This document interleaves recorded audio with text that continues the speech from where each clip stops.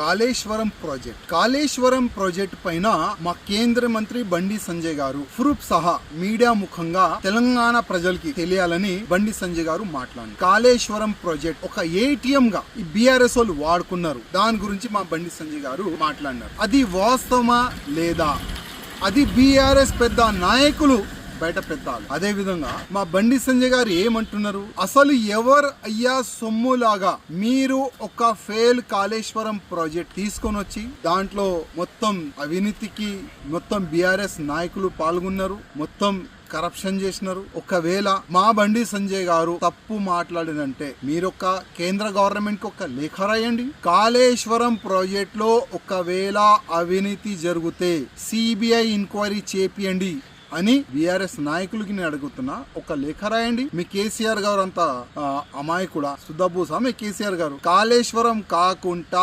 తెలంగాణలో ప్రతి ఒక్క ప్రాజెక్ట్ లో మీ ఎంత మీరు వాటా తిన్నారు అది తెలంగాణ ప్రజల ముందు మా బండి సంజయ్ గారు అదే విధంగా మా కేంద్ర మంత్రులు గారు కూడా చెప్తారు. ప్రతిసారి ప్రధానమంత్రి మోదీ గారు గాని, అమిత్ షా గారు గాని, జేపీ నడ్డా గారు గాని తెలంగాణలో ఎక్కడైనా రైలులు కానీ పొలిటికల్ మీటింగ్లు కానీ ఎక్కడైనా వాళ్ళు పెట్టుకుంటే ఒకటే సబ్జెక్ట్ పైన వాళ్ళు ఫోకస్ చేసినారు, తెలంగాణలో జరుగుతున్న అవినీతి పైన. కాళేశ్వరం ప్రాజెక్ట్ తప్పు ప్రాజెక్ట్, ఒక ఏటీఎం గా కేసీఆర్ ఫ్యామిలీ వాడుకున్న దానిపైననే అందరూ మా నాయకులు మాట్లాడినారు. ఒకవేళ అన్ని బీజేపీ నాయకులు తప్పుగా మాట్లాడినారు, అది మీరు ప్రూవ్ చేయాలంటే కేంద్రంకి ఒక లేఖ రాయండి.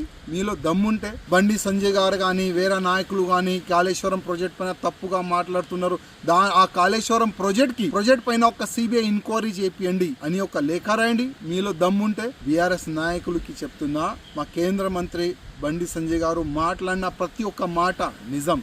అది తప్పు ఉంటే మీరు ప్రూవ్ చేయండి.